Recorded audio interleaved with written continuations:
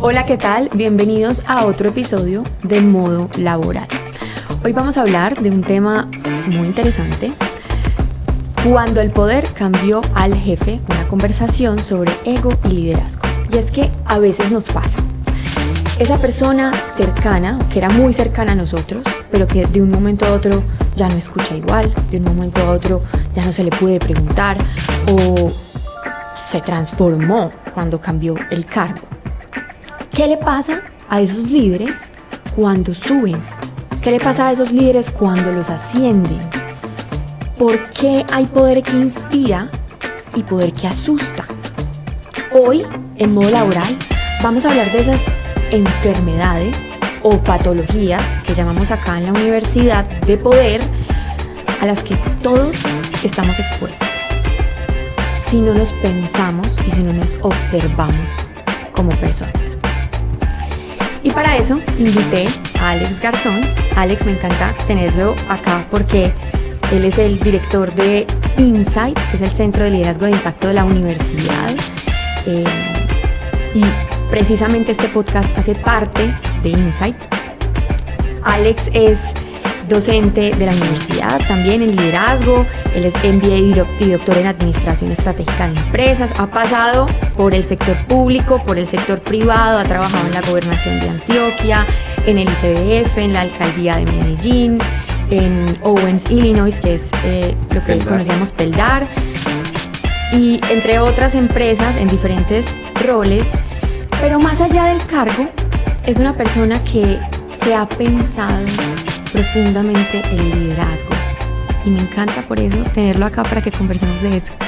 Caro, mil gracias por invitarme. Me siento contento también, me siento muy feliz y muy esperanzado con este podcast. Un poco Insight le ha puesto este podcast para que podamos compartir de una manera tranquila, sencilla, amorosa los temas de liderazgo a muchas personas. Que democraticemos el conocimiento en términos de poder y liderazgo, para que así todos, desde su conocimiento, podamos aportar a la sociedad. Así que mil gracias a ti. Gracias, Alex. Bueno, empecemos hablando un poquito.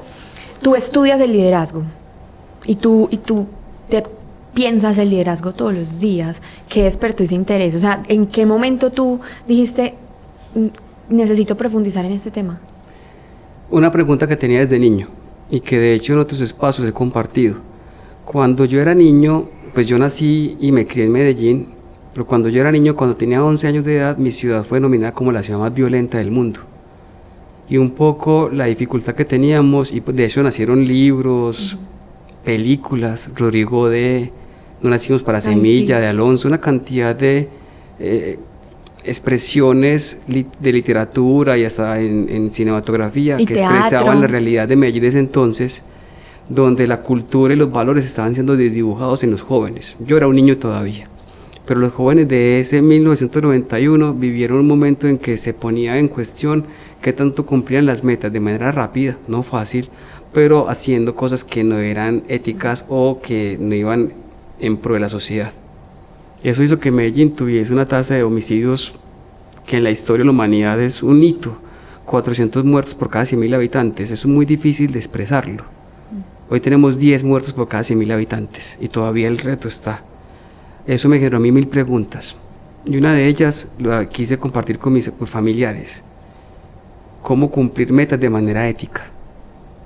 Esa pregunta tuvo respuesta por parte de mi abuela, por parte de mi mamá. Mi abuela me decía que la única herencia que me quería dejar era la educación. Y no se refería a posgrados, pregrados, no se refería a educación en valores, civismo ético, capacidad de construir con los demás.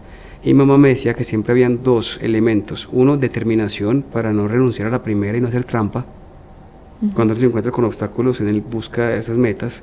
Y la segunda, que son dos realmente, honestidad y buena fe. Cuando llego yo al doctorado fue la pregunta que me hice, ¿cómo cumplir metas de manera ética? Y encontré que la respuesta está en el liderazgo. Y por eso es que me encaminé en el liderazgo y busco promover el liderazgo ético, un liderazgo transformador, un liderazgo auténtico que transforme la sociedad sin hacer trampa. Porque el liderazgo auténtico tiene la ética como fundamento. ¿Cuándo hice el doctorado? ¿Cuándo te empezaste a preguntar sobre la ética? Tenía 11 años, porque es que era paradójico. Si ustedes se acuerdan, los que tienen mi edad, mi generación, existía una canción muy linda que todavía se promueve, que se llama Quiero a Medellín. caras alegres, bajo la lluvia, niños felices, cerca del sol. Sí. Y esa canción es hermosa, que habla de hombres honestos que trabajan con tesón. Si buscan la canción, dice hombres honestos que trabajan con tesón.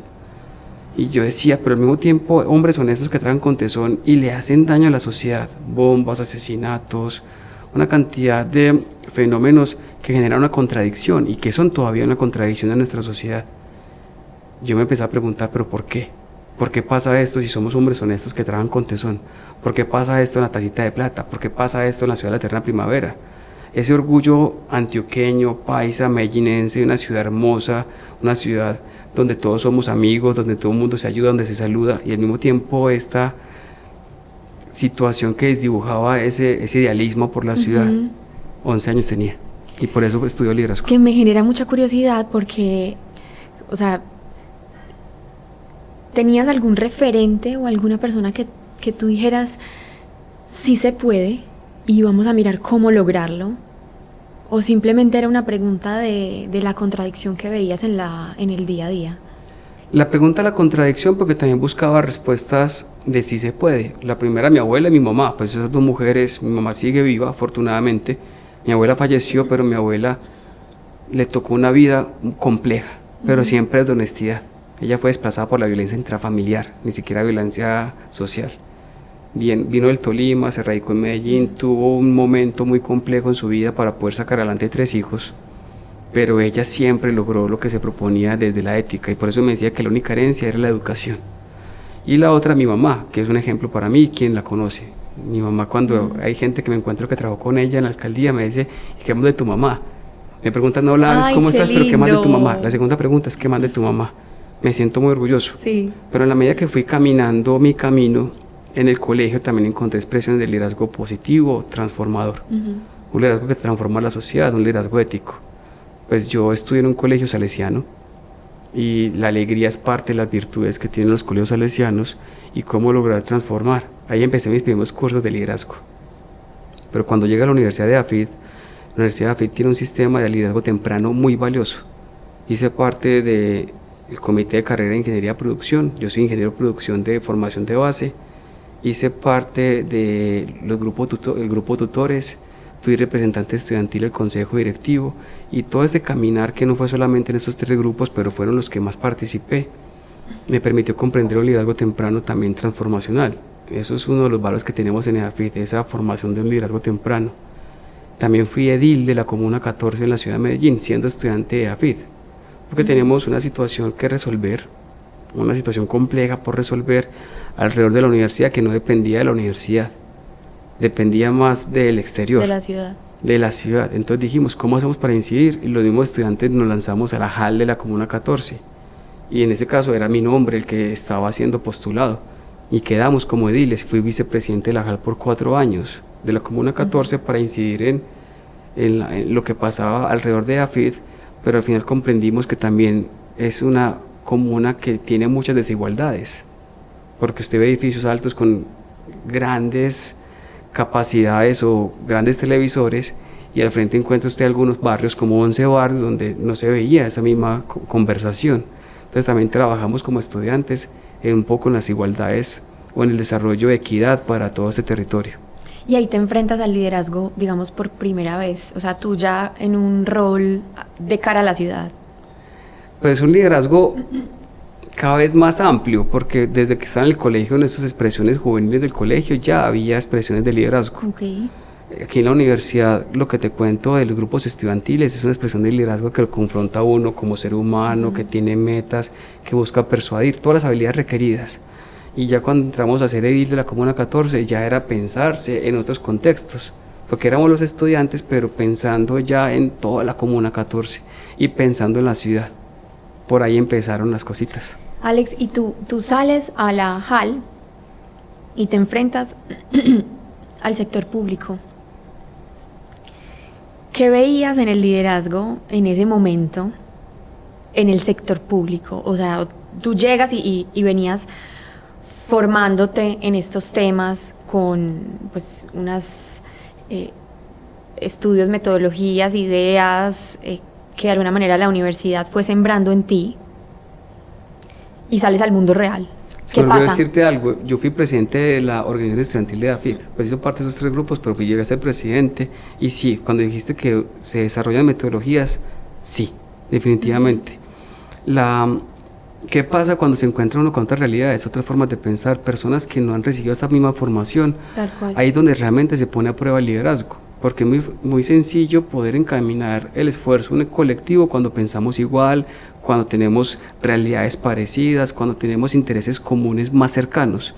Pero cuando usted se enfrenta a formas de pensar diferentes, intereses diferentes, ahí liderar ya lo reta uno, porque ahí reta lo que es el ego de uno también. ¿Qué fue y lo cómo más... hago para movilizar sabiendo que pensamos diferente. Reta también la empatía de uno. Se pone en prueba realmente el liderazgo. ¿Qué fue lo que más duro te dio cuando saliste a un entorno diferente en términos de cómo ejercen el liderazgo?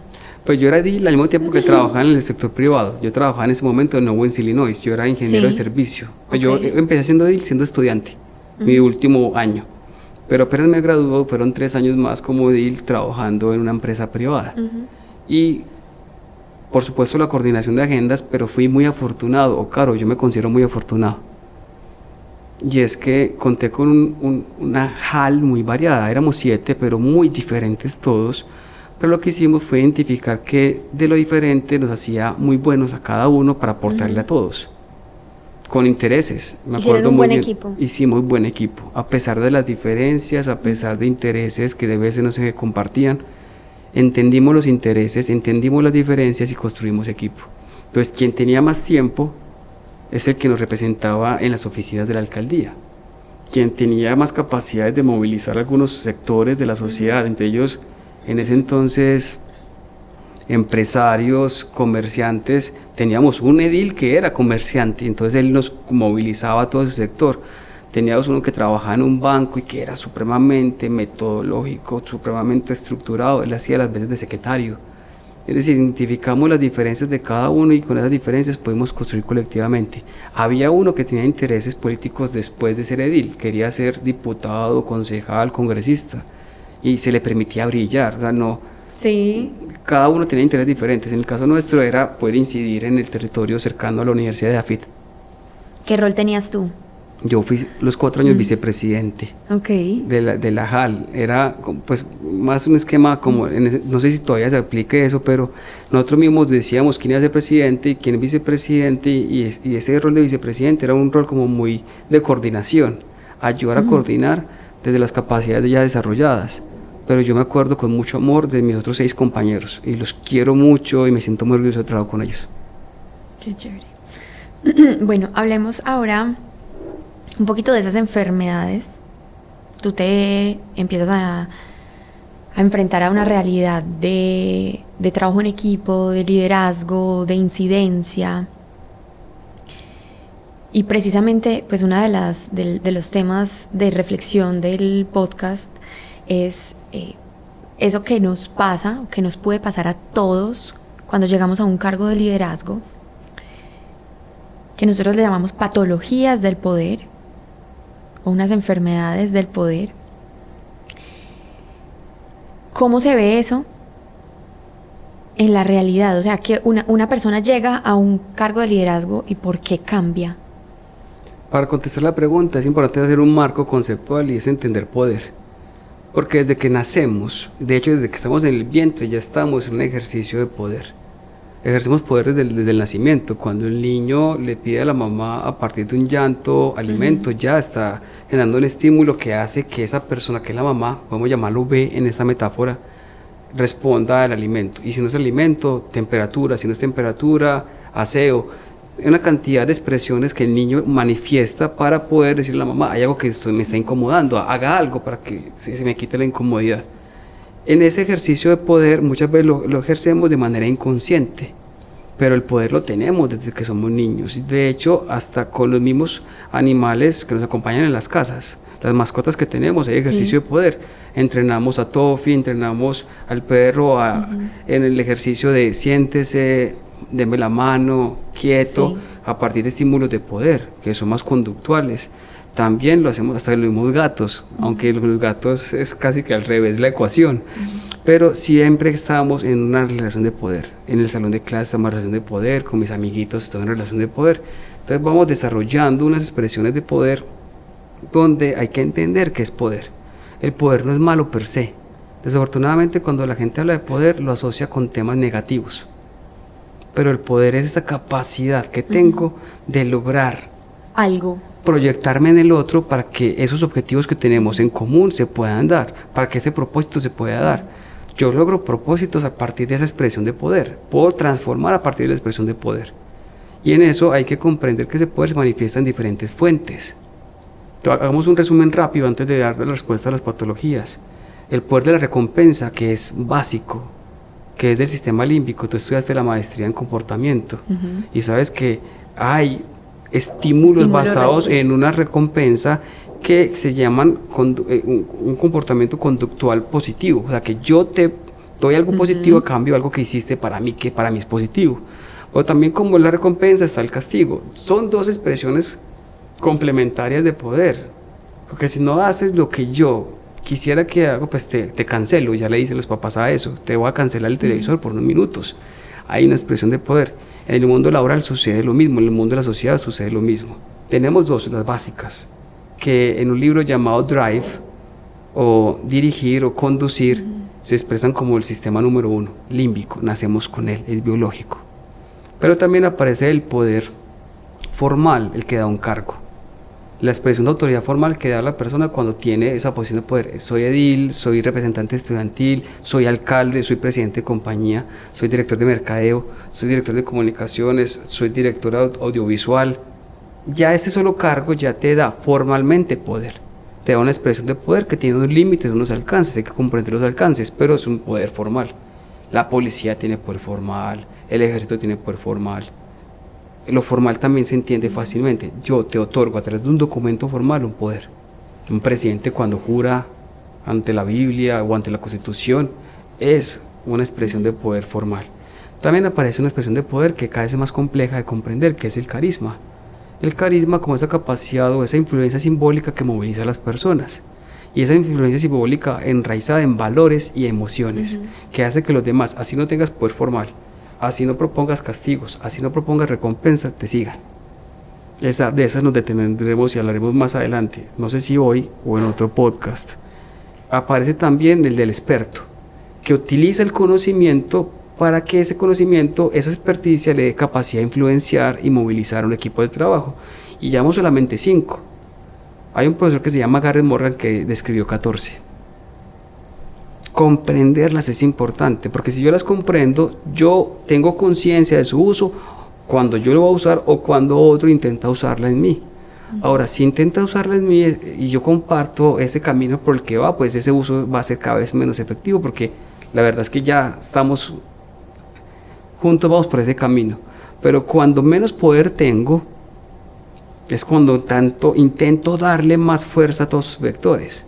Intento utilizar más la recompensa desde una amenaza, o el castigo desde una amenaza, la recompensa desde una promesa. Empiezo a prometer para que la gente haga. Entonces empiezo a materializar un poder que utiliza más la expresión de fuerza absoluta que el poder verdadero. Y eso es importante comprenderlo. Entre menos poder tengo, más tengo que hacer uso de expresiones de poder para poder movilizar. O sea, eso es como una reacción a necesito lograr esto, no tengo herramientas para lograrlo, y empiezo a usar otro tipo de herramientas que van en detrimento, digamos, de algunas relaciones.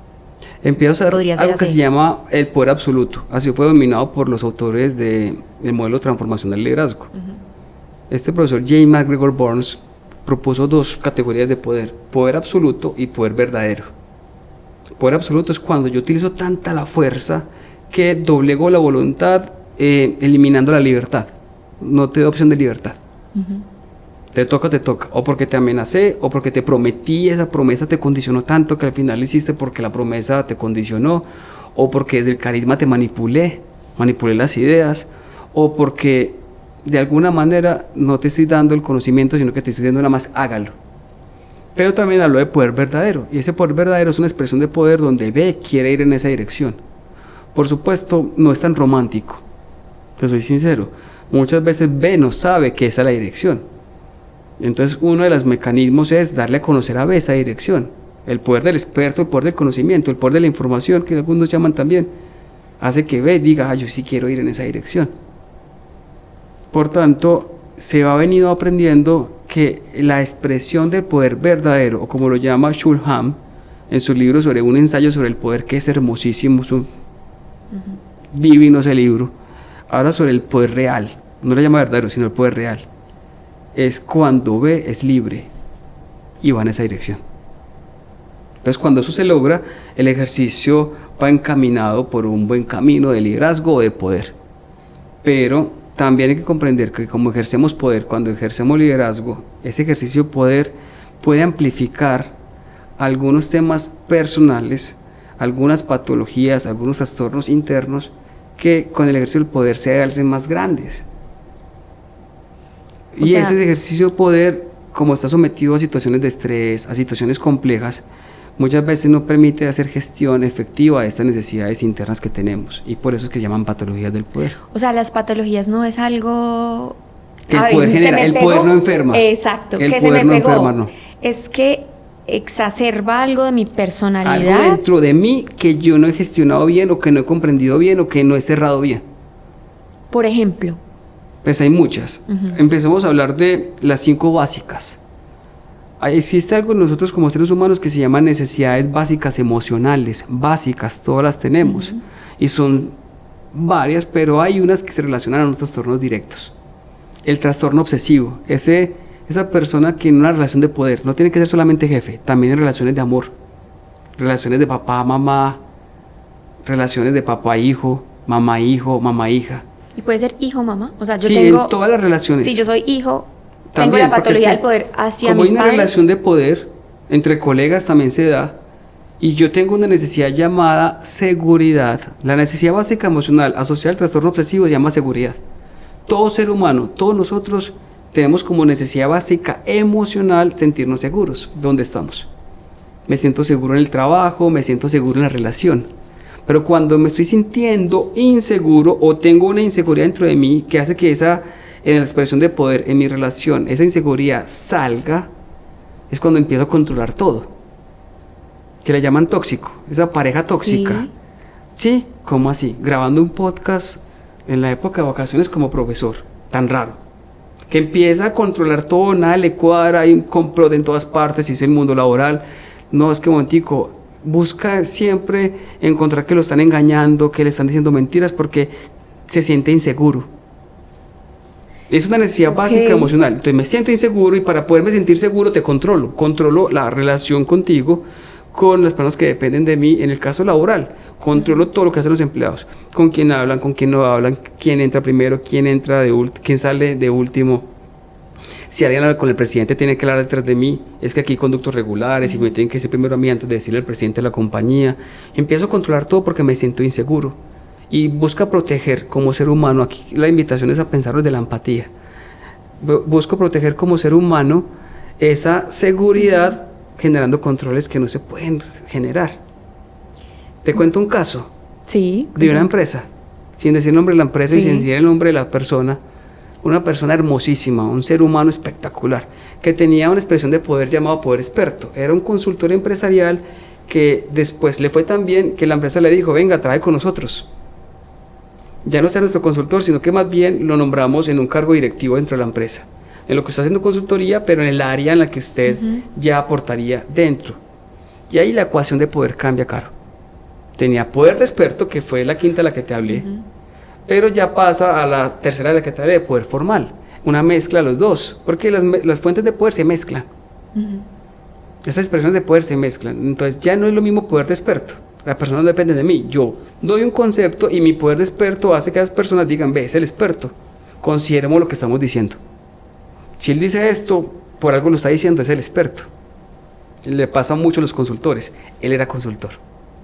Llega y lo nombran en la empresa como jefe, para hacer lo mismo que hacía antes como consultor, pero ya con poder formal, con un equipo de trabajo que ya depende de él formalmente, donde todos los otros mecanismos, recompensas, castigos y todo empieza a ser parte también de la ecuación.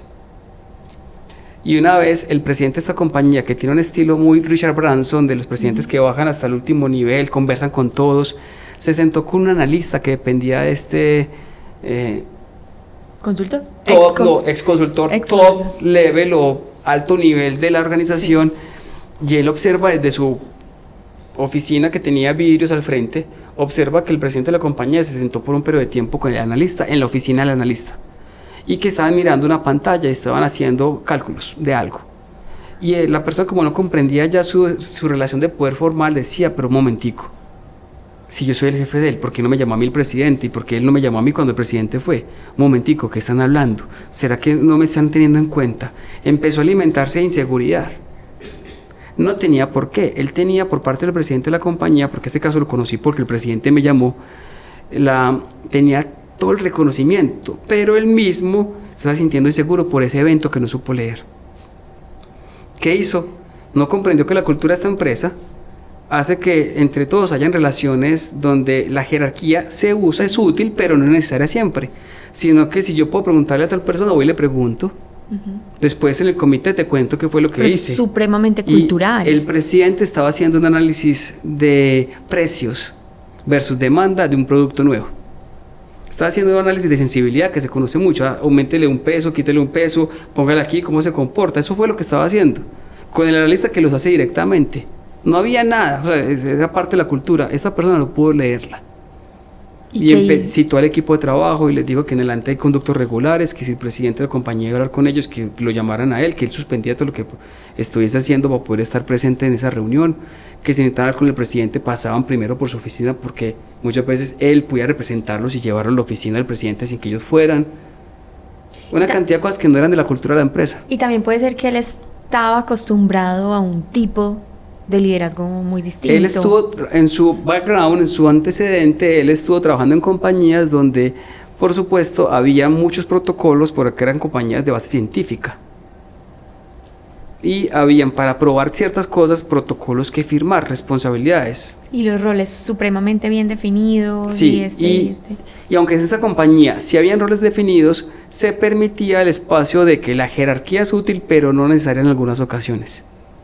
Es una cultura que hoy se promueve en muchas compañías. El presidente no le vio problema, como siempre lo ha venido haciendo, a ir a donde el analista. Y de hecho, él como consultor, él era parte de esa cultura. Cuando era consultor, el presidente lo llamaba muchas veces directamente a él, sabiendo que su servicio de consultoría era con un área, pero el presidente lo llamaba, pero él no lo sentía, él no observó eso. Y cuando ya le toca a él en su poder formal, mire cómo cambia la expresión de poder, él no entendió y se sintió inseguro y quiso controlar. Ahí es cuando empezó a destruir valor. Empezaron a renunciar los integrantes de ese equipo de trabajo, que era de alto desempeño. Empezó a declinar el desempeño del equipo de trabajo. Y él como consultor era muy bueno. Como consultor el mejor, pero en el poder formal se sintió inseguro y por tanto tuvo un trastorno obsesivo. El presidente, que lo conocía y que en algún momento estuvo en un curso nuestro de alta dirección, me llamó y me dijo, tengo esta situación. Le hicimos una prueba de liderazgo y evidenciamos ese comportamiento. Tomamos una decisión con él y cuando le hicimos las preguntas pertinentes que llevan a esta reflexión, él dijo, Dios mío, estoy cometiendo un error. Wow. Él no estaba siendo consciente, es un ser humano espectacular, un muy buen ser humano. Se me encharca el ojo solamente acordarme de ese momento. Entonces dijo, estoy cometiendo un error. Él no sabía. Porque estas expresiones, como están dentro de mí, las inseguridades las tengo dentro de mí, en una relación de poder, cuando me salen y no soy consciente de ellas, me llevan a comportamientos inconscientes. Y en este caso, el control obsesivo. ¿Quién llama a quién? Me llama la atención, antes de que sigamos hablando de las otras patologías, la perspectiva de necesidad emocional. Porque es una perspectiva muy empática para mirar a la otra persona. De hecho, pues yo que me dedico a estudiar la comunicación, he leído a un autor que se llama Marshall Rosenberg. Él, digamos que fue el que creó un concepto de comunicación no violenta, que es básicamente como asertividad. Y aborda también mucho desde esa perspectiva de, a veces nos relacionamos de una manera torpe, porque tenemos una necesidad que no comprendemos, y esa es la manera que creemos que la podemos suplir, pero muchas veces no sabemos que esa es nuestra necesidad. Es por eso que parte de la respuesta, la última parte de la pregunta es un ejercicio consciente, hacer consciente mi humanidad. Quien ejerce liderazgo y tiene relación de poder es un ser humano. Entonces esta reflexión que normalmente la hacemos en aula de clase, la hacemos en talleres con empresarios, muchas veces pensamos en el jefe que tuve, que se comportaba parecido, pero la invitación es pensar cuando tú estás en poder, ¿cómo te comportas? Porque no nos damos cuenta, las patologías no avisan. Que eso me hace pensar que el ejercicio de liderazgo realmente es una constante autoobservación de tus espejos permanentes. Hay una canción que si se puede poner en algún momentico, en alguno de los podcasts, al final como cortina o en algún momento de este mismo, que sirve como referencia a lo que estás diciendo. Se llama Viva la Vida de Coldplay. Es una canción sobre poder. Entonces, en alguna expresión de la canción dice, sé mi espejo. Viva Mirror, sé mi espejo, dice Chris, que realmente es el rey de Francia, siendo derrocado en la Revolución Francesa. Esa canción es sobre poder y sobre la Revolución Francesa. Habla de todos los trastornos que estamos mencionando y que vamos a mencionar enseguida. Pero en algún momento dice, sé mi espejo. Es muy importante autoobservación, pero también tener amigos que le digan a uno, ve, las estás metiendo, te estás equivocando, o tener dentro del equipo de trabajo personas que con confianza, por supuesto, con transparencia, amor, respeto, le hagan ver a uno cuando uno tiene equipo de trabajo que uno también está cometiendo errores. Permitirse eso. Permitirse la apertura de que tu equipo te haga feedback. Mi equipo, mi jefe, no sentirme mal. Los feedbacks son realmente cuando se hacen con buena intención, que yo invito a feedbacks con buenas intenciones, oportunidades de amor. No es como, venga, es que yo usted lo quiero, le quiero decir que está cometiendo errores. De hecho, el feedback no debería verse solamente del jefe o del líder hacia su equipo, sino todos deberíamos poder hacernos feedback a todos.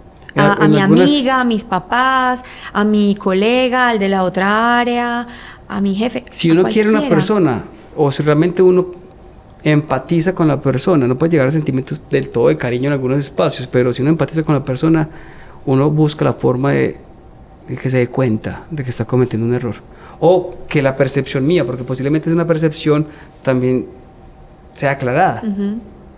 Existe un presidente de una compañía de esas grandes, 20,000 empleados, ya estoy diciendo mucho, 20,000 empleados en Colombia. No, yo tengo permiso por parte de él de decirlo, pero prefiero no decir nombres de empresas para qué. Pero este presidente de esta compañía que tiene 20,000 empleados, cuando estuvo seleccionando a uno de las personas que dependen directamente de él, una vicepresidenta, en este caso mujer, estoy diciendo mucho, ya por allá están los que trabajan allá, presidente de compañía, 20,000 empleados, vicepresidenta mujer. Ya sé quién es. Él mismo lo dice en clases que damos donde él participa como profesor, que la seleccionó porque cuando le hizo una pregunta, ella una respuesta lo hizo sentir incómodo, como que le hizo ver un error en la forma de formular la pregunta. No, y él dijo, en la entrevista, yo quiero a esta persona trabajando conmigo, y la contrató y la vinculó porque él dijo, yo necesito personas, como soy un ser humano que se equivoca, personas que me hagan ver mis errores, que no les dé miedo, que me expresen con respeto, pero sin el temor de la jerarquía que estoy cometiendo un error. Entonces él dice, en algunas ocasiones yo me encuentro con ella y me dice, aquí estamos cometiendo un error, y yo estoy convencido de que no estoy cometiendo un error. Entonces hago un debate con ella, respetuoso, pero debate. ¿Y se puede saber qué tipo de corrección le hizo en la entrevista? Es que hay preguntas que ya en las entrevistas no se hacen. Bueno. Entonces hay preguntas, no sé si sea esta, pero háblame tus defectos. Ya esa pregunta no se hace porque todos los seres humanos tenemos características que bien amplificadas en algunas situaciones me generan un efecto positivo, pero amplificadas en otras situaciones pueden tener efectos negativos. Entonces ya no se preguntan por cuáles son tus defectos y cuáles son tus virtudes, sino cuáles son tus características y en qué momento se convierten en algo positivo y cuándo un momento tiene un efecto negativo. Tal vez pueda hacer una pregunta de estas. Como que hizo la reflexión de la perspectiva. Y ella tuvo la capacidad de hacerle la observación. No sé si se hace la pregunta, estoy especulando ya en el marco de este podcast por tu pregunta, pero cuando ella le contestó, él dijo, ella tiene la capacidad de decirme cuando me estoy equivocando, y la contrató con él. Tremendo. Y no solamente eso, le puso un rol, más allá de lo que tenía para el rol de ella, donde también participa ella en la estrategia de la compañía. El que tiene un trastorno obsesivo no se permite eso, para que sepas. ¿Le da miedo? Claro, porque es que cualquier feedback que me haga me alimenta la inseguridad. La inseguridad, claro. No, entre más seguro me siento, me pueden hacer feedbacks. Piensa tú con tu esposo. Porque eso no pone en riesgo mi vida. Cuando tiene tu esposo que decirte algo, si tú estás segura de ti, de tu relación con tu esposo, es bienvenido el feedback de tu esposo. Claro. Y posiblemente muchas veces no tenga la razón él, que es el caso de él. Dice, nos vamos a debatimos. Y en algunas ocasiones ella se da cuenta que yo no estoy cometiendo un error, pero esa percepción la pudo expresar. Pero en muchas ocasiones lo dice él. Sí, voy a cometer un error. Iba a cometer un error y ella me hizo ver oportunamente que iba a cometer un error. Ok. Para que pasemos a la segunda enfermedad o patología. Esta primera entonces sería un trastorno obsesivo que viene de esa necesidad de seguridad. Muy bien. Y esa necesidad de seguridad, ¿qué señales, si yo soy líder, estoy viendo este podcast, como qué señales me pueden mostrar a mí como líder que estoy teniendo el trastorno? O sea, porque hay de pronto algunas cositas que normal te podrán hacer sentir inseguro en el día a día, pero cuando yo identifico que ya es un trastorno. La pregunta nos da para un contenido de una clase completa. 2 o 3 señales. Pero primero yo suelo decirle a las personas que están en clase conmigo, en consultoría conmigo, hasta en mentoría, les pongo una canción de Coldplay. Me gusta mucho la metáfora que trae las canciones para todo lo que yo hago. Y la canción es una canción que habla es algo como esto. Just something like this. No sé si de pronto la conozca. Él en la canción dice, es que estuve leyendo los libros del pasado, de las leyendas y los mitos. Estuve viendo a Hércules con sus poderes, a Batman con sus puños, a Aquiles. Empieza como a decir, mire, empecé a mirar los héroes y yo no me parezco a ninguno de ellos. Y entonces él le dice a ella, venga, como no me parezco a ninguno de ellos, yo prefiero entonces no estar ahí porque es que no cumplo con la expectativa tuya. Y ella le contesta a él, momentico, es que yo quiero ser algo como tú. Primero decirse, cuando ya quedaste elegido, cuando eres quien dirige un equipo, ya eres el director. Y cuando te eligieron, estaban buscando algo como tú. Entonces, que el síndrome de impostor no te albergue y nos va a dar mucho. El síndrome de impostor se manifiesta de una manera tan sutil que empieza como que a generar inseguridad en uno mismo. Y queriendo demostrar que uno sí es, empieza con el trastorno obsesivo. Entonces, comportamientos. Síndrome de impostor, que usted sienta que no es la persona para el cargo, sabiendo que lo eligieron y usted diga, no, es que no soy. Por supuesto, todos tenemos brechas. O empezar a compararse con personas que uno idealiza, que tampoco es del todo malo. En el estoicismo se propone que uno diga, ¿qué haría Marco Aurelio en esta ocasión? Como para que tener sus propios mentores en toma de decisiones mentales. ¿Qué haría tal persona en esta ocasión? Pero comprender que uno como ser humano, cuando es elegido, dice, el estoicismo es una cosa hermosa para cuando uno tiene eso. Uno como ser humano ya está ahí y que puede cerrar brechas, pero que no lo albergue el síndrome de impostor. El síndrome de impostor hace que uno se vuelva obsesivo. Entonces, y no descansa, no comprende las personas, siente celo. Cuando las personas salen, después de una reunión, salen dos personas que trabajan conmigo y se van conversando y uno siente celo, están hablando de mí. Empiezan como ese tema de querer controlarlo todo. No, confíe en usted, confíe porque ya fue elegido, ya fue elegida, ya está en el cargo. Identifique sus brechas y vaya, cierre las brechas, pero no se quede en ellas todos los días pensando en ella. No haga un pensamiento circular. Me siento inseguro, entonces controlo para sentirme inseguro, pero al mismo tiempo me genera inseguridad. Claro. Y eso genera una respuesta en el equipo que te hace sentir más inseguro. Porque no todos en el equipo han recibido, ojalá muchas personas que tienen personas que los acompañan, que tienen esos comportamientos, ya los comprendan. Si uno tiene un jefe que tiene un trastorno obsesivo y uno se dio cuenta que lo quiere controlar uno mucho, ¿uno qué hace? Le brinda seguridad. No pelea con eso, sino que el jefe le da la seguridad al jefe. Piensa en una relación de pareja, le brinda seguridad, le acompaña con la seguridad. ¿Cómo? Pues si el jefe quiere realmente darse cuenta de las cosas que están pasando y uno tiene una capacidad grandísima, uno le cuenta, jefe, estoy en un podcast. Jefe, imagínese que esto pasó, estuve en tal reunión y fue súper bien, le cuenta a uno. Y al momento en que él se siente tranquilo, ni siquiera ya le dice a uno, no me contás que es que todo bien. Pero si uno lo tiene en un momento de seguridad, uno no le quita nada darle seguridad al jefe. Y eso tampoco me que le ponga uno, es que no lo va a contar nada, no, al contrario, venga, jefe, venga, lo invito, jefe, quiere estar. Uno le da gusto en ese tema de la necesidad, pero también con el tiempo esa necesidad ya satisfecha empieza a relajar la forma de acompañar. Y eso que acabas de decir me hace pensar que tiene que ver mucho con la construcción de confianza. Así es. Claro, porque mira que yo tengo un jefe que de pronto presenta esos síntomas y a través de construir una relación de confianza empiezan a disminuir esos síntomas. Empiezan a disminuir completamente. Ahora, ¿qué afecta ahí el ego a la persona que también tiene ese jefe así? Claro. No, entonces yo no me voy a dejar, no le voy a contar. Me quiere controlar todo. El que tiene esa enfermedad es él. No. Aquí el ejercicio, uno también lidera a los jefes.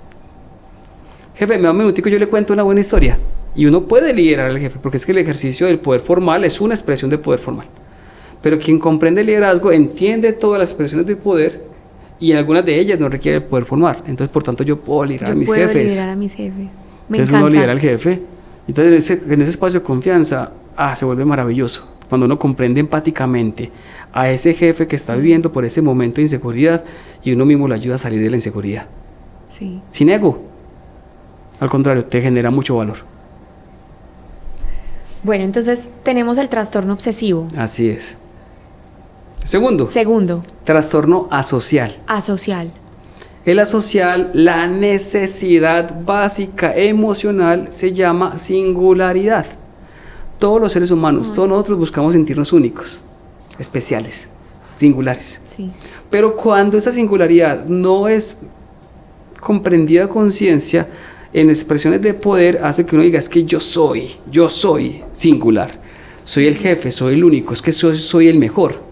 Pero eso internamente es como que tú mismo no te das el valor, o ¿por qué puede pasar esa necesidad como ya extraordinaria de... Busca siempre que le den valor porque en algún momento sintió que no le dieron. Y se lo creyó. No solo de reconocimiento, sino de ese valor. De único, especial. Eres especial para nosotros, eres especial para esta comunidad. Entonces, como ya soy jefe, momentico, es que quiero demostrar que soy especial. En algunas culturas, en algunos países, existe algo llamado distancia de poder.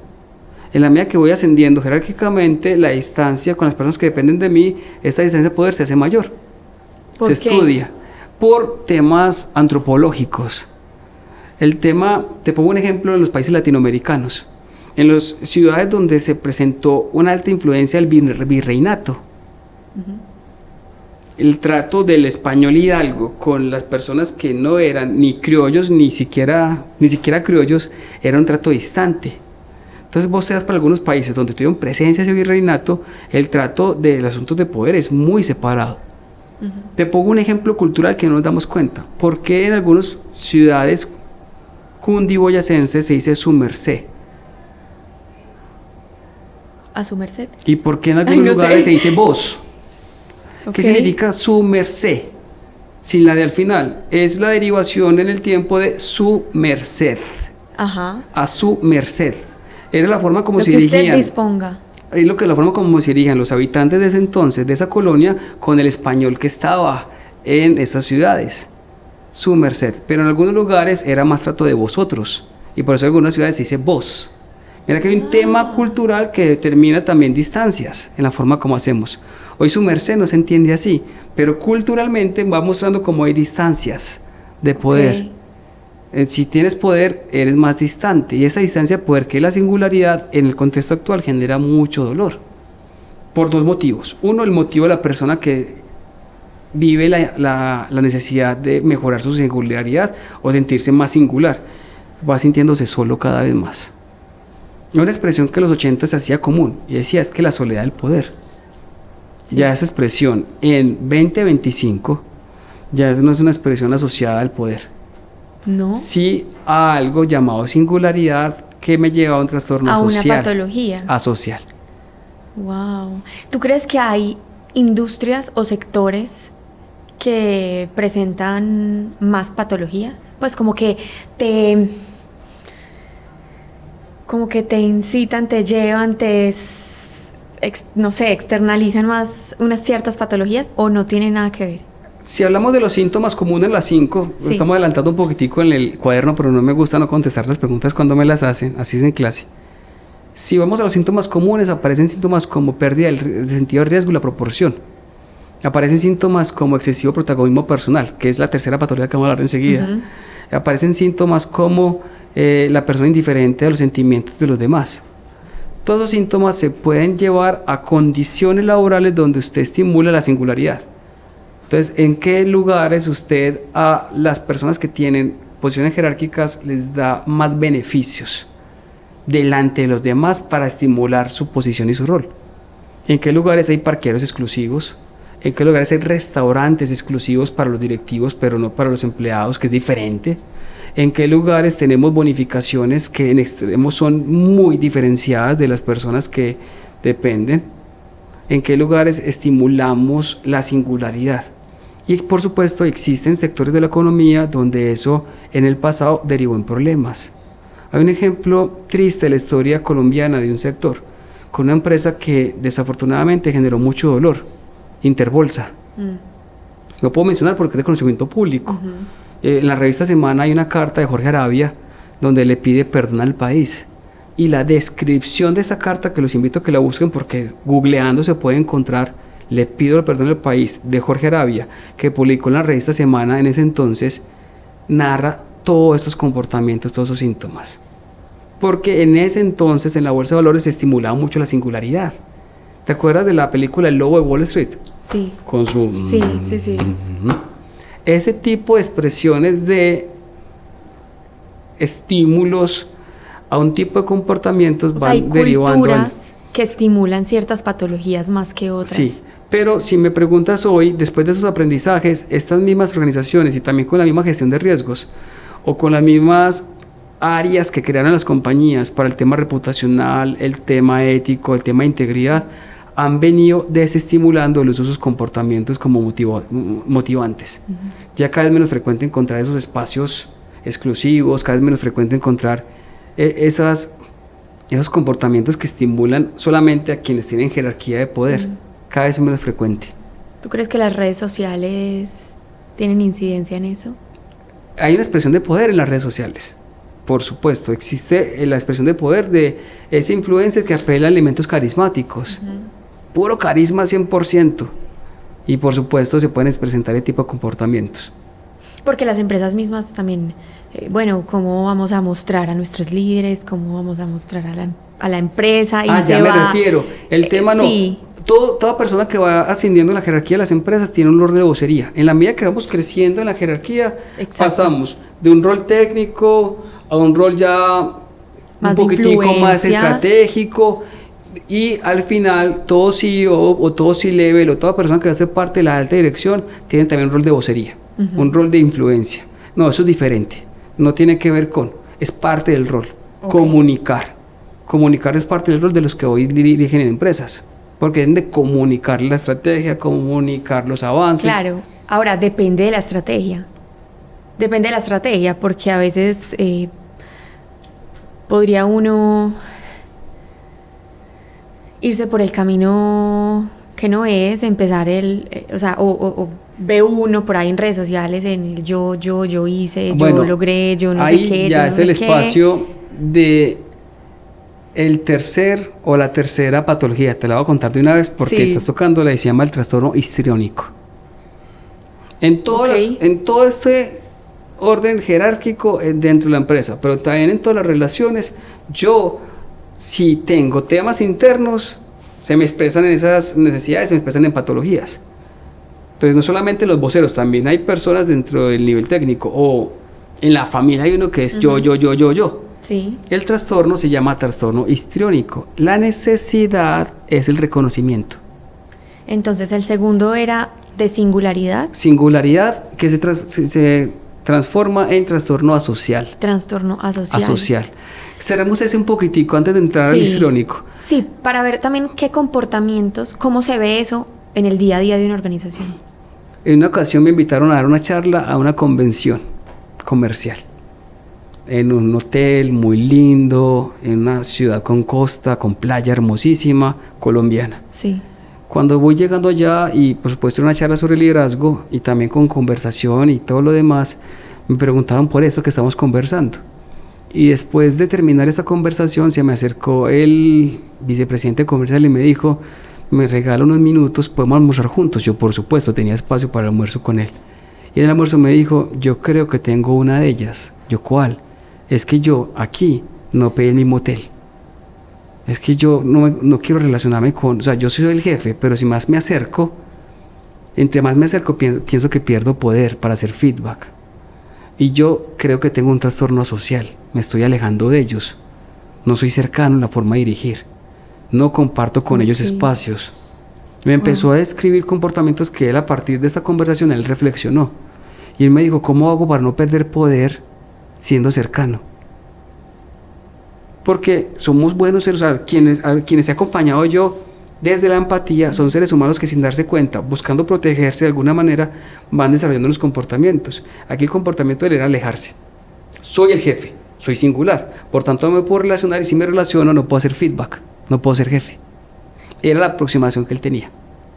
Entonces son los que ya almuerzan en otro lugar, ya no salen de la oficina, hacen un plan y yo no puedo ir porque soy el jefe. En los contextos nuestros es muy difícil encontrar ejemplos, por la forma como en los contextos algunos latinoamericanos se da la relación entre los jefes y los empleados, una relación cercana, de remangarse el jefe en algunos contextos colombianos, porque este podcast no solamente es para el contexto antioqueño, en algunos lugares también. Fuera de Antioquia, el jefe se remangaba y el momento del almuerzo sacaba su porta y almorzaba su fiambre con las personas con las que estuvo trabajando, una cercanía. Pero en algunos contextos sí se nota mucho esa diferenciación. Llega el momento del almuerzo y nos separamos. Y me separo y no puedo ser cercano a ti. Porque entre más cercano sea a ti, más poder pierdo. No, al contrario. Hoy, 2025, por decía que en los 80 era muy común decir la soledad del poder. Hoy no.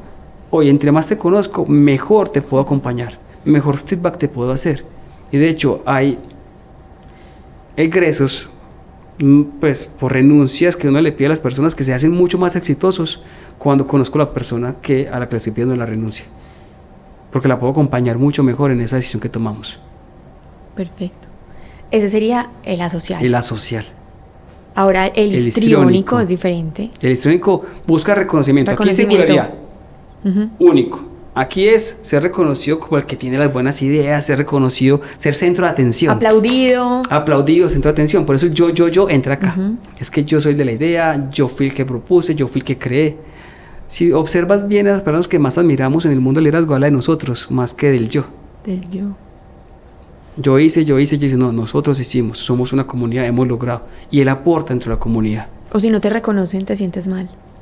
Las personas que desarrollan este trastorno es porque si no lo reconocen se va sintiendo mal, pero empáticamente es una necesidad básica emocional que tenemos todos los seres humanos.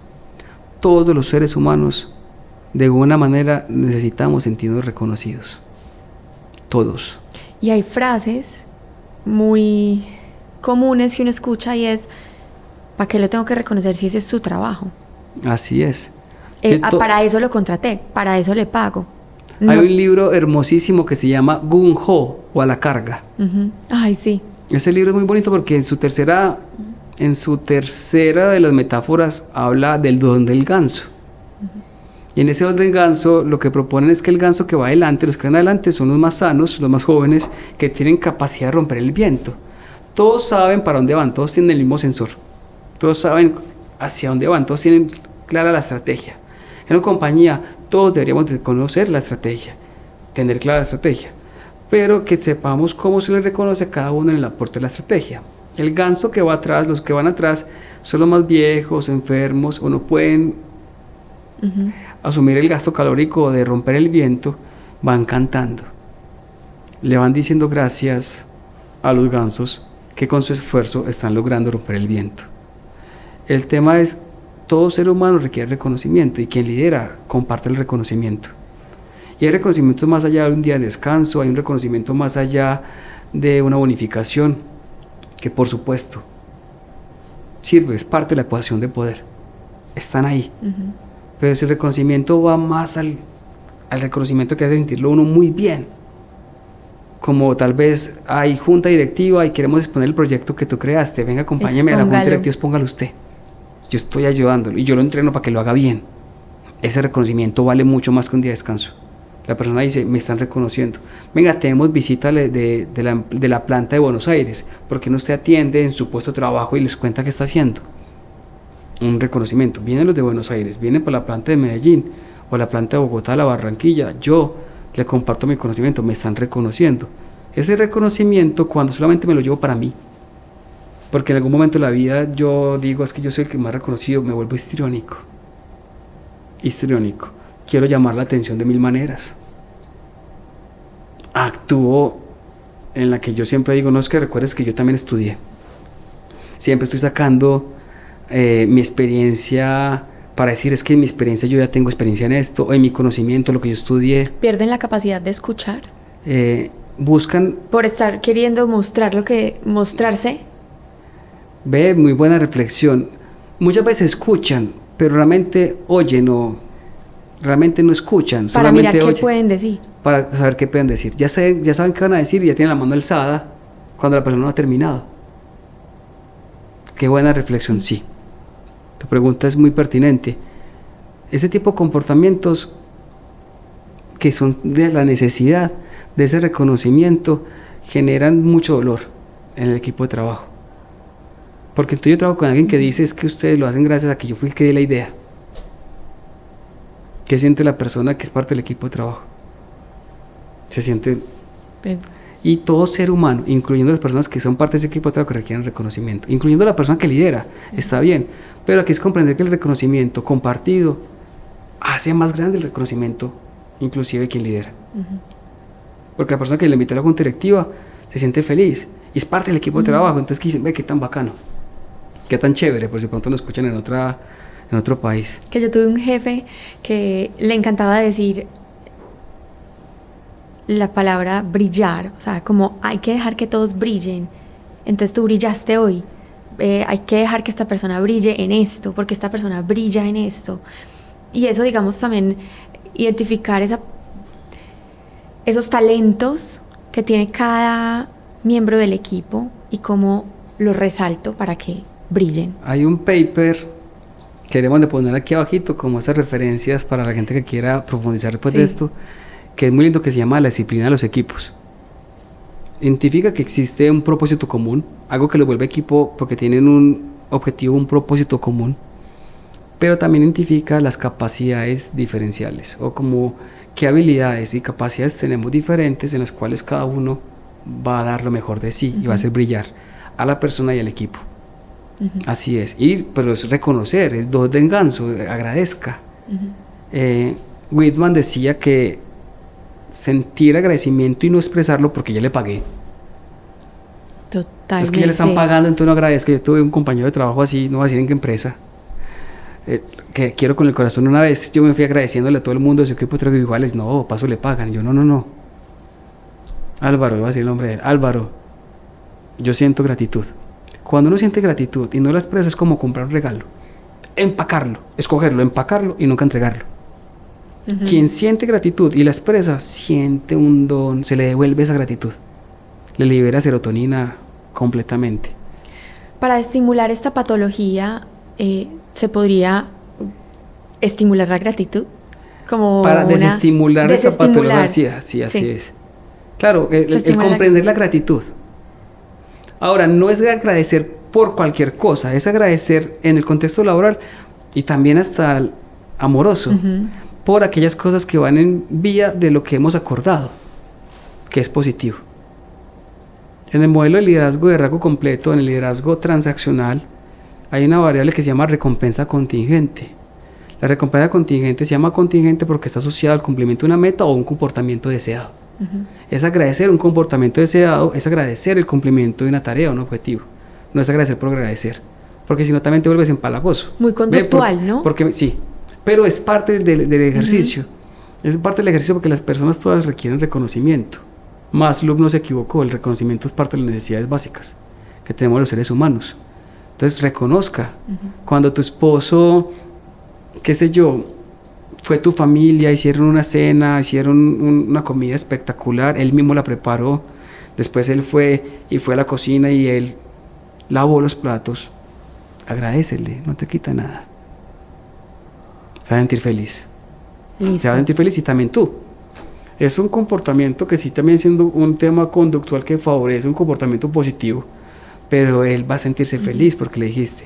O en el caso en el que de pronto él se fue para la barbería y volvió y dígale, quedaste bien. Es un reconocimiento. Todo ser humano requiere reconocimientos, pero asociado a comportamientos y acuerdos de tareas o metas establecidos. No es por cualquier cosa. Porque si, ay, gracias, ¿por qué me está agradeciendo? No, es asociado a algo que hemos acordado, que tiene sentido agradecer. Que tiene sentido. Así es. Bueno, entonces hemos hablado de 3 necesidades. Hemos hablado de la necesidad de seguridad. Sí. Hemos hablado de la necesidad de singularidad. Y hemos hablado de la necesidad de reconocimiento. Volviendo al caso que me ponías y qué pena contigo. Entonces ya soy vocero. O sea, ya subí a niveles donde me toca ser vocero. Ojo con el histriónico. Y si tú tienes esa patología, ¿qué pasa? No. Recuerda que siempre los espejos van a ser necesarios. Pero comparte con las personas el éxito que vas teniendo. Es un equipo de trabajo, eres vocero de un equipo de trabajo, de una organización. Entonces habla de nosotros, compártelo, trae a la persona a la red social a la que lo hace. Es muy chévere porque cada uno empieza a brillar y te facilita mucho la labor. Y vamos brillando todos y al final se va incidiendo el liderazgo. Pero si uno tiene que ser yo, al final no es capaz, no es capaz de lograr muchas metas. Se empieza a enfermar y empieza a destruir valor. ¿No? Reconoce, identifica talentos, reconoce los talentos, comparte el reconocimiento que va haciendo tu equipo de trabajo con ellos en la medida que aportan valor, en la medida que tienen comportamientos, y vas a ver que somos más productivos, somos más efectivos y hay mayor satisfacción laboral.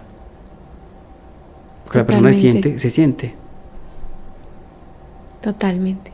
Bueno, tenemos cuarta patología, que se llama el trastorno, es más biológico, que es el adictivo.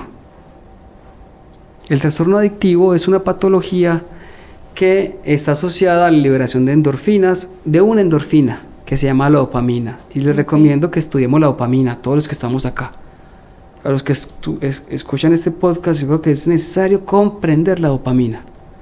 Así como liberas oxitocina, serotonina, adrenalina, cortisol. En el ejercicio del poder liberamos constantemente endorfinas.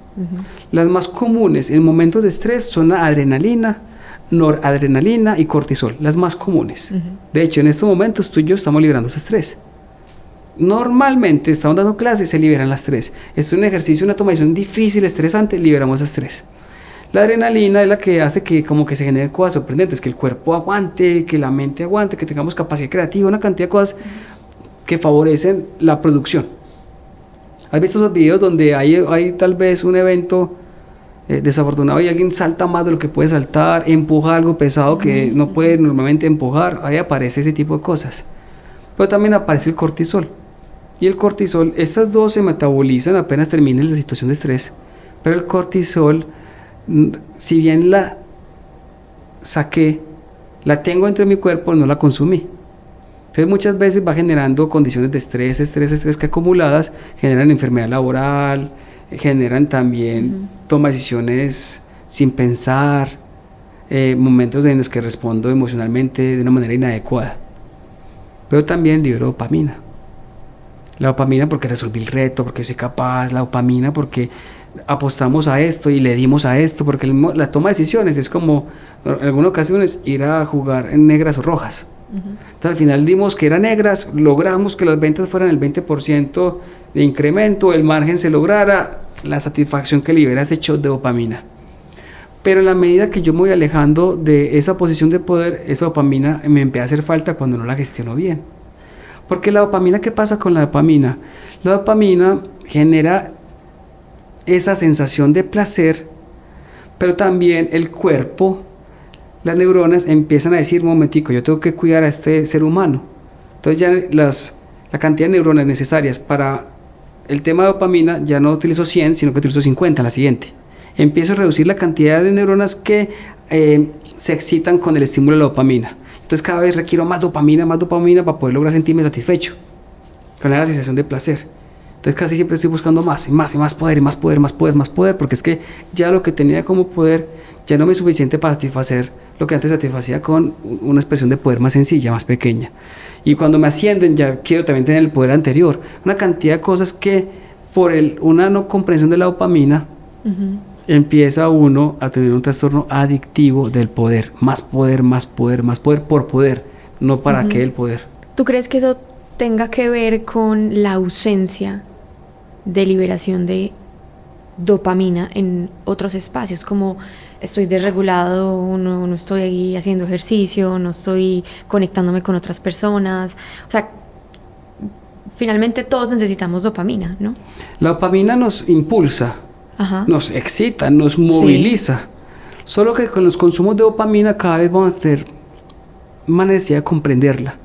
Porque hoy en las redes sociales lo que hace es pura dopamina.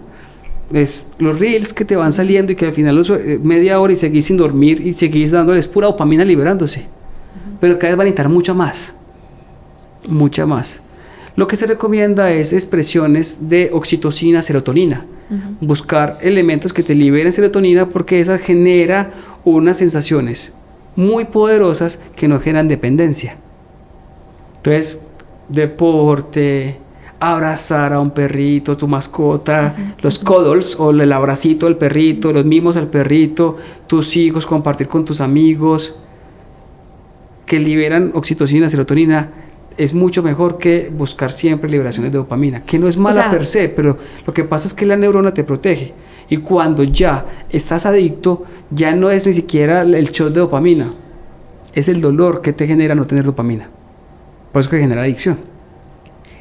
Exacto, estos adictos a la dopamina probablemente necesitan actividades, hábitos que los alejen de esos estímulos que liberan tan fuerte dopamina, para que esa serotonina, oxitocina y otras endorfinas que liberamos normalmente son las que te habiten y te generen la sensación de confort, de placer, de dicha.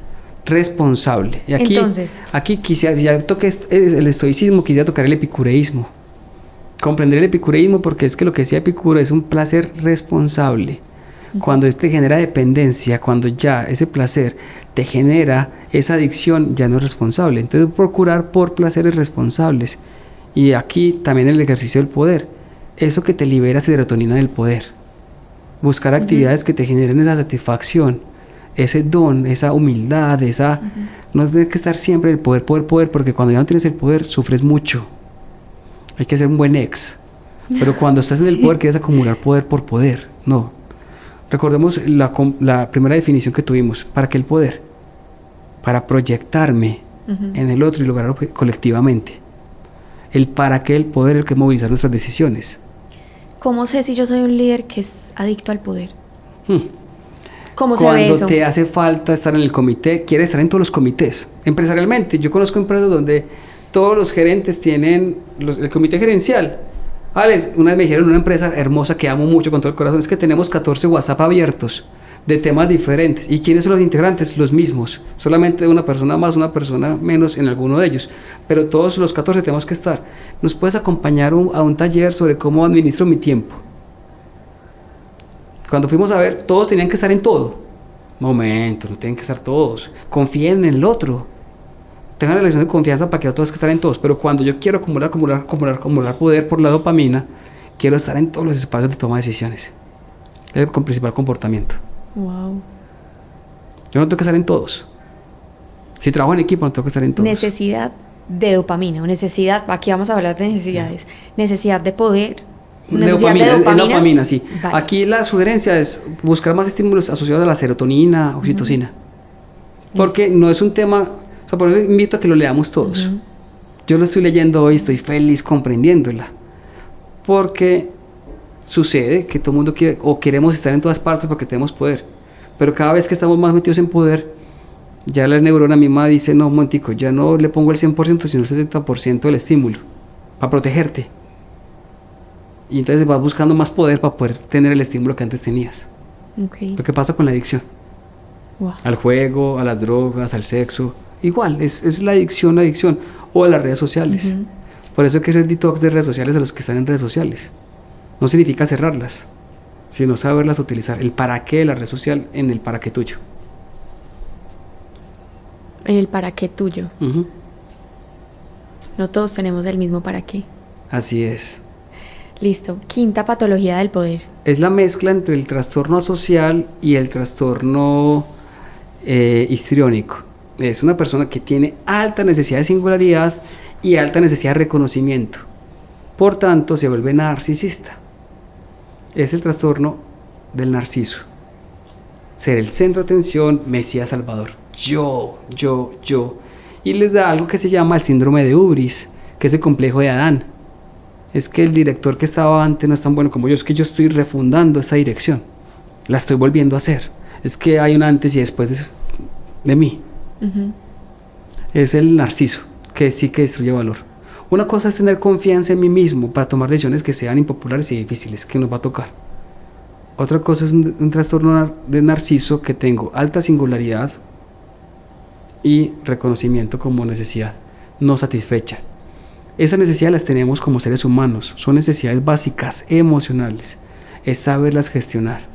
¿Y por qué hay una patología con una mezcla de las dos en vez de decir tienes las dos? Porque ya ese es el comportamiento que le llevan al narcisismo.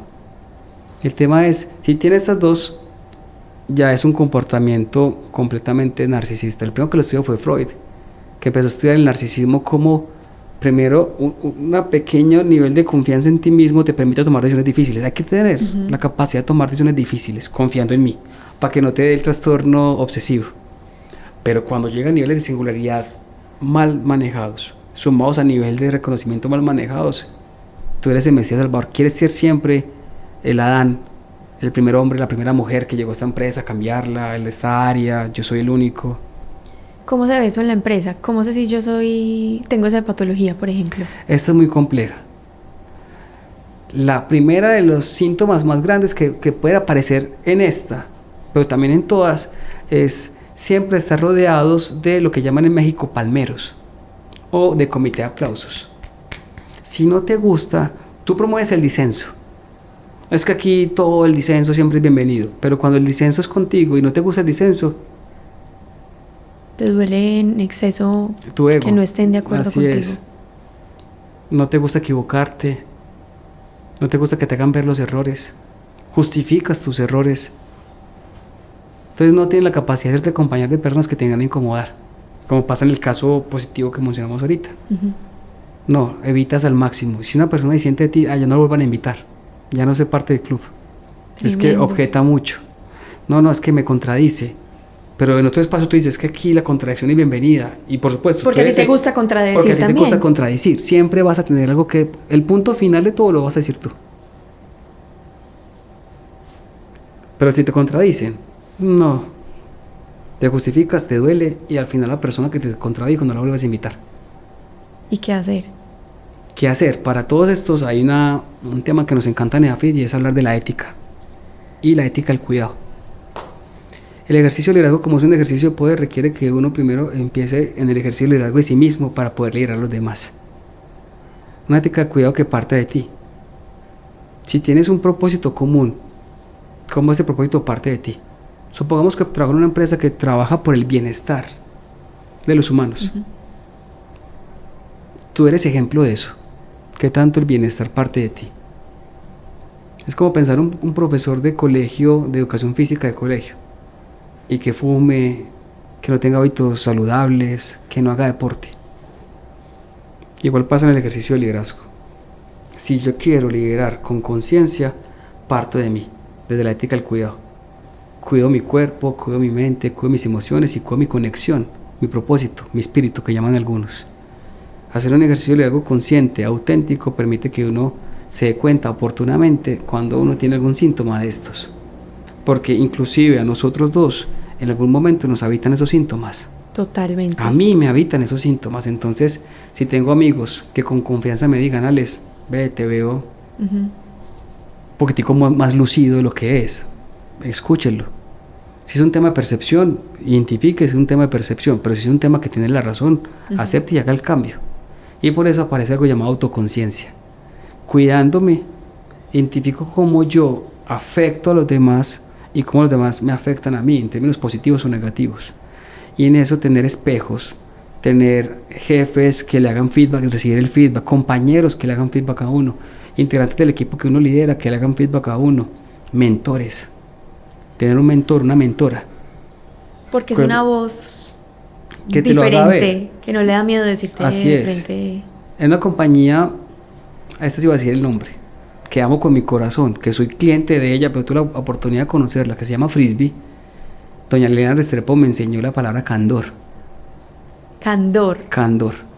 Y ella decía, Alex, es que aquí nos permitimos decir las cosas con transparencia y amor. Entonces las conversaciones tienen candor. Porque si tienen candor, nos permitimos ver que de pronto alguna cosita de estas no está funcionando. Procura en comprender que eres un ser humano falible. Es que los seres humanos tenemos 4 condiciones que no dejamos de tener ejerciendo liderazgo. Voy a empezar por esta que mencioné ya. Somos falibles. Y por tanto, al ser falibles, es bueno hacerse acompañar de personas que sepan más que uno. Que le hagan saber con amor o hasta con preguntas, porque muchas veces no saben, pero una sola pregunta le hace ver a uno un error. Que le puedan hacer unas preguntas incómodas de si es por acá el camino, jefe, no entiendo, si es por acá el camino.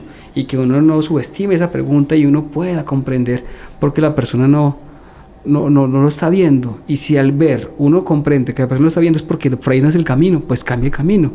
Que el ego no te afecte porque ya tomé la decisión, entonces no puedo cambiar la decisión, no. Aparte de ser falible, los seres humanos somos finitos. No vivimos para siempre. No duramos para siempre en estos roles. Por tanto, la pregunta de fondo es cómo quieres ser recordado, porque aunque no sea un tema de ego, siempre dejamos una huella en los demás. ¿Qué huella quieres dejar cuando no estés en ese ejercicio de poder, en ese ejercicio de liderazgo? En ese ser finito, la herramienta es darle sentido a lo que hacemos. ¿Para qué hacemos lo que hacemos? ¿Cuál es el propósito de esta empresa? ¿Cuál es el propósito de este equipo? ¿Cuál es el propósito de esta tarea? ¿Qué sentido tiene hacer lo que hacemos? Al ser finitos también soy más consciente. El tercero, porque ya he mencionado 2, es que todo ser humano es frágil. Somos frágiles, nos habita la fragilidad. Eso lo comprendimos más en la época de pandemia. Pero si somos conscientes que somos frágiles, nos cuidamos. Tengo cuidado de mí para poder cuidar a los demás. Cuido mis alimentos, cuido mi sueño, cuido mi deporte. Sé que me cae bien, sé que me cae mal. Cuido mi mente, lo alimento de información, como un podcast que me permite aprender.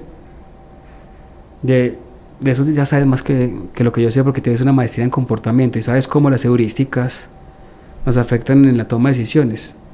Y si yo tengo la mente llena de información que no es verdadera, al final la toma de decisiones se basa en esas falacias que tengo en la mente. Por tanto, alimento mi mente. Hay que alimentar mi mente. Cuido mis emociones para tener respuestas responsables a los estímulos que recibo. Y por último, cuido esa conexión con el sentido. Y hay un cuarto atributo que como seres humanos tenemos, y es que somos limitados en espacio y tiempo. Si te sobrevaloras en capacidades, tienes un síntoma de una patología. Entonces, para no sobrevalorar las capacidades tuyas y del equipo de trabajo, comprende que tienes 24 horas del día. De ellas hay un balance de vida-trabajo. Tienes tu vida personal, tu vida familiar y también tienes tu trabajo y otras actividades. Tu vida se compone de dimensiones. Por tanto, sé consciente cuánto tiempo tienes para que ese balance no se pierda. Porque si te comprometes con cosas que no puedes cumplir porque no tienes tiempo, vas a quedar mal contigo y con los demás. Todo eso que acabo de mencionar es un ejercicio de liderazgo consciente de una ética del cuidado. Esa es la respuesta. Saber muy bien cuál es mi fin último y cuáles son esos medios que justifican ese fin, porque ambos se relacionan entre sí.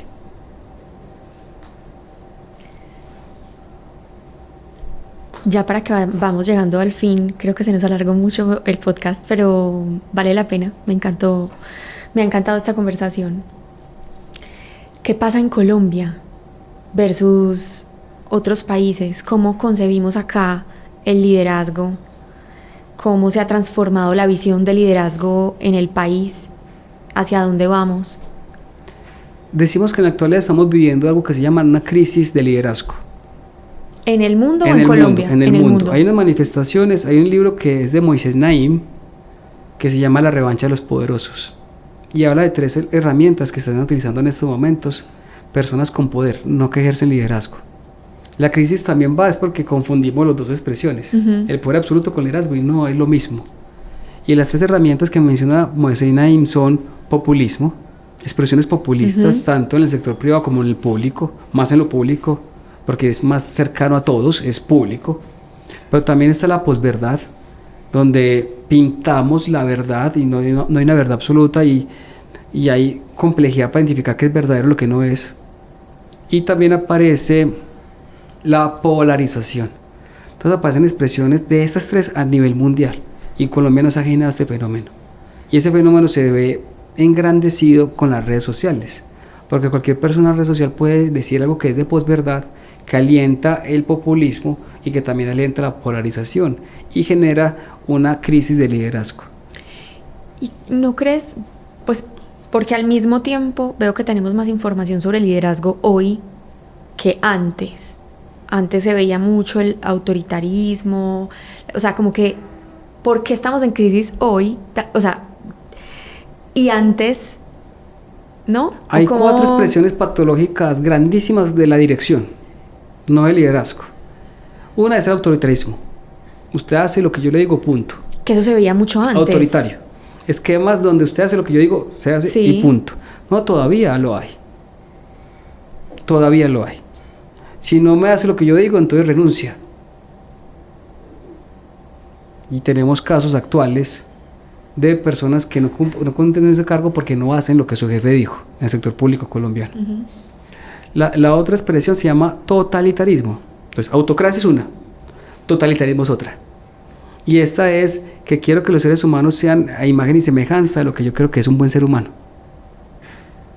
Tienen que pensar como yo pienso, tienen que comportarse como yo creo que se deben de comportar un buen ser humano, y me vuelvo totalitarista en el ejercicio de ese poder. Otra se llama paternalismo, que tiene mezcla de autocracia con temas de totalitarismo también mezclados. Y otro es un síndrome que se llama el laissez-faire, que es el dejar hacer.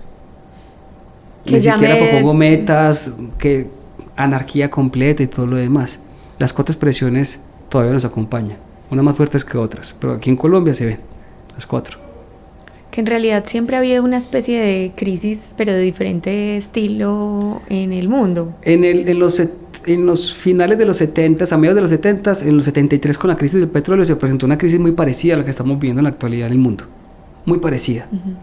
Es una maravilla poder leer y retroceder en el tiempo y poder ver cómo lo que se pasó en ese entonces derivó a la construcción de la propuesta de liderazgo transformacional, que hablaba de la crisis del liderazgo de ese entonces. La crisis actual invita a algo llamado liderazgo auténtico.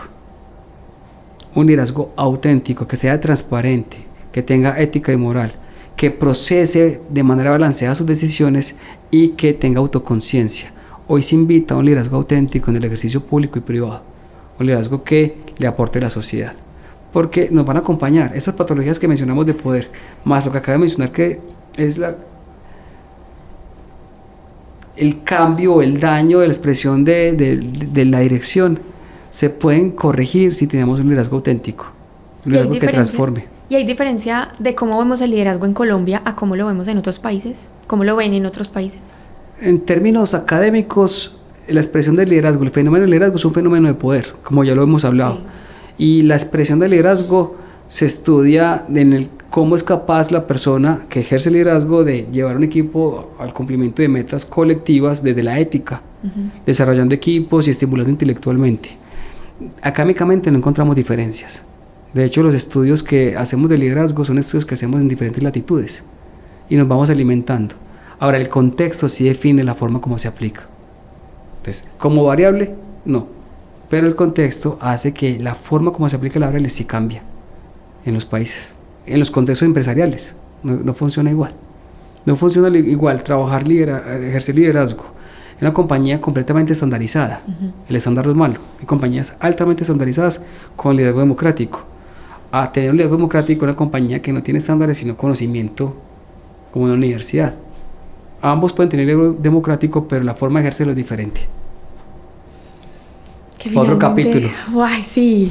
Finalmente el liderazgo es un ejercicio también de práctica y error, ¿no? O sea, de coherencia, de la búsqueda permanente de la coherencia. De la búsqueda permanente de la coherencia. Nos reta la coherencia permanente, práctica y aprender de la práctica.